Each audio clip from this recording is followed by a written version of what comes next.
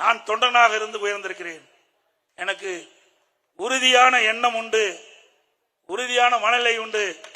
எதற்கும் அஞ்சாத மாட்டேன். யாரை என்னை மிரட்டியும் பார்க்க முடியாது, பண்ண முடியாது. எப்பொழுது சொல்லுகின்றேன், இதுவரை கடந்த காலத்திலும் சரி, அனைத்து இந்திய அண்ணா திராவிட முன்னேற்ற கழக ஆட்சி செய்கின்ற பொழுதும் சரி, இப்பொழுதும் சரி, மத்தியிலே இருக்கின்றவர்கள் யாரும் நமக்கு எந்த அச்சுறுத்தலும் கொடுக்கலை. நமக்கு நன்மைதான் செய்தார்கள். புரட்சி தலைவி அம்மா மறைவுக்கு பிறகு சில பேர் அந்த கட்சியை கபலீகரம் பண்ண பார்த்தார்கள், ஆட்சி கவிழ்க்க பார்த்தார்கள். அதை காப்பாற்றி கொடுத்தவர்களும் யார் என்று உங்களுக்கு தெரியும். மத்தியில் இருக்கின்றவர் நமக்கு காப்பாற்றி கொடுத்தார். நன்றி மறப்பது நன்று, நன்று அல்லது அன்றே மறப்பது நன்று. பல ஆண்டுக்கு முன்னாவே, 26 ஆண்டுகளுக்கு முன்னே வள்ளுவன், ஐயன் வள்ளுவன் சொல்லிவிட்டு போயிருக்கார். அப்படி நன்றியோடு நாங்கள் இருக்கிறோம். இன்றைக்கு கூட்டணி சேருவது அவ்வப்போது நெருக்கிற நிகழ்வு. தேர்தல் நேரத்திலே கட்சிகள் வெற்றி பெற வேண்டும், எதிரிகளை வீழ்த்த வேண்டும், அதுக்கு தகுந்த அரசியல் வியூகம் ஏற்படும். அந்த அடிப்படையில் நம்ம கூட்டணி அமைக்கிறோம். இதே திமுக கூட்டணி வச்சதில்ல. 1999ஆம் ஆண்டு பாரதிய ஜனதா கட்சியோட கூட்டணி வச்சாங்கல்ல. 2001ஆம் ஆண்டு சட்டமன்ற தேர்தலில் கூட்டணி வச்சாங்க. அப்பெல்லாம் அவர்கள் பேசல. இப்பொழுது அனைத்து இந்திய அண்ணா திராவிட முன்னேற்ற கழகம் கூட்டணி வைத்தவுடன் பயம் வந்துவிட்டது. நடைபெற்ற தேர்தலில் தோல்வியுற்றுவோம் என்று பயம் வந்துவிட்ட காரணத்தினாலே இன்றைக்கு ஏதோ பேசிக் கொண்டிருக்கின்றார்கள். எதற்கும் கவலைப்படுவதில்லை.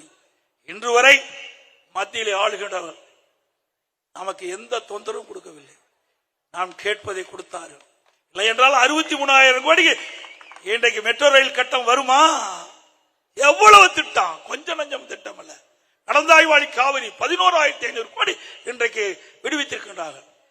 இன்றைக்கு மேட்டூர் அணையிலிருந்து வெளியேறுகின்ற காவிரி நீர் கடலிலே கலக்கின்ற வரை இரு கரையில் இருக்கின்ற அசுத்த நீர் நதியிலே கலக்குவதை சுத்தப்படுத்தி அதற்காக 11,500 ரூபாய் நான் முதலமைச்சர் பாரத பிரதமர் இடத்திலே கோரிக்கை வச்ச இன்னைக்கு நிறைவேற்றி அதற்கு நிதி ஒதுக்கீடு செஞ்சிருக்கிறாங்க. பல திட்டங்கள், பல தேசிய நெடுஞ்சாலைகள் நாம எழுதி கொடுத்ததெல்லாம் போட்டாங்க. இன்றைக்கு வேண்டும் என்றே திட்டமிட்ட திராவிட முன்னேற்ற கழக அரசு இன்றைக்கு அரசியல் காழ்ப்புணர்ச்சியின் காரணமாக விமர்சனம் செய்து கொண்டிருக்கிறார் என்பதை மட்டும் இந்த நேரத்தில் தெரிகிறது.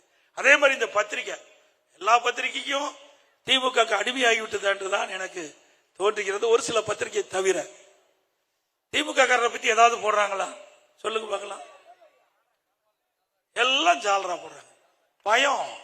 ஏன்னா வீட்டுல வந்து சாக்கடை ஊத்திடுவாங்களே என்னமோன்னு. அண்ணா திமுக காரன் நல்லவன், எதுவும் செய்யறது இல்ல, அதனால எப்படி வேணாலும் போட்டுக்கலாம்னு போடுறாங்க. இதே தினமலர் பத்திரிகை ஒரு காலத்துல மிக பிரம்மாண்டமா இருந்தது. ஆனா இன்றைய தினம் தலைகீழாக மாறிவிட்டது. வேண்டும் என்ற திட்டமிட்டு ஆளுகிட்ட கட்சி இருக்கின்ற பொழுதும் நம்மளை வசைப்பாடினார்கள். எதிர்கட்சியா இருக்கின்ற பொழுதும் நம்மை பற்றி விமர்சனம் செய்கிறார்கள். எதிர்கட்சியில் விமர்சனம் செய்யறதுக்கு என்ன இருக்குது?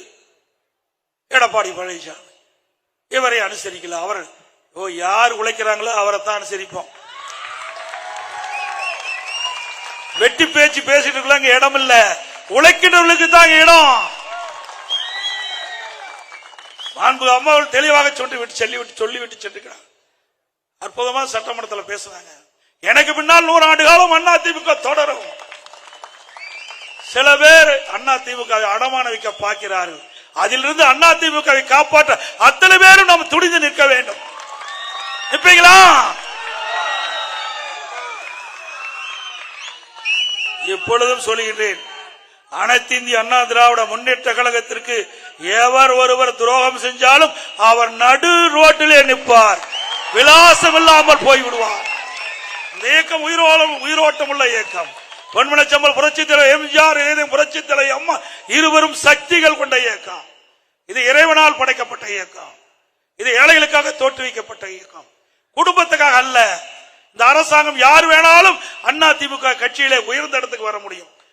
நான் ஒரு கிளை செயலாளர் இருந்தேன்.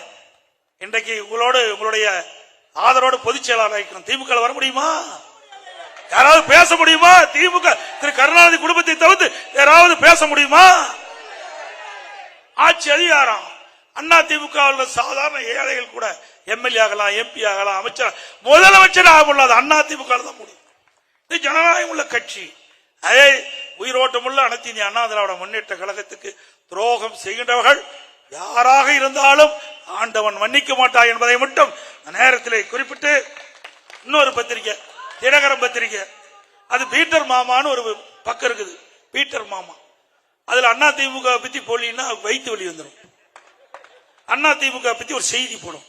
இங்க இருக்கிற வட்ட செயலாளர் இப்படி, அந்த மாவட்ட செயலாளர் இப்படி, தினந்தோறும் எடுத்து புரட்டி பாருங்க.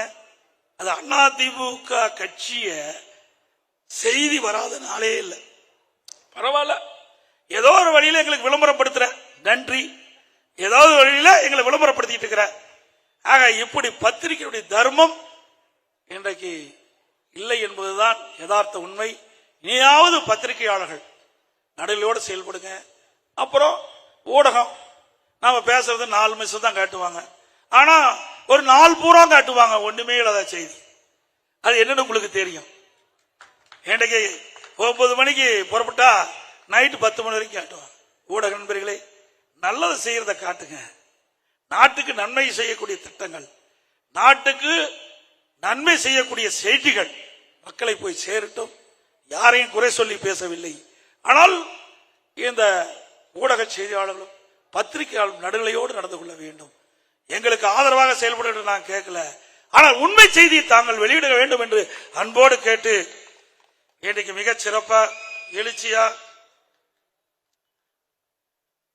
பேர் அண்ணாவுடைய பிறந்தநாள் நிகழ்ச்சியை ஏற்பாடு செய்த மாவட்ட நிர்வாகத்திற்கும் அவர்களுக்கு துணை நின்ற அத்தனை பேருக்கும் நேரத்தில் நன்றி தெரிவித்து, 2026ஆம் ஆண்டு நடைபெற்ற சட்டமன்ற பொதுத் தேர்தலில் நம்முடைய கூட்டணி கட்சியினுடைய சார்பாக நிறுத்தப்படுகின்ற வேட்பாளருக்கு 2 லட்சத்திலே வாக்களித்து வெற்றி பெற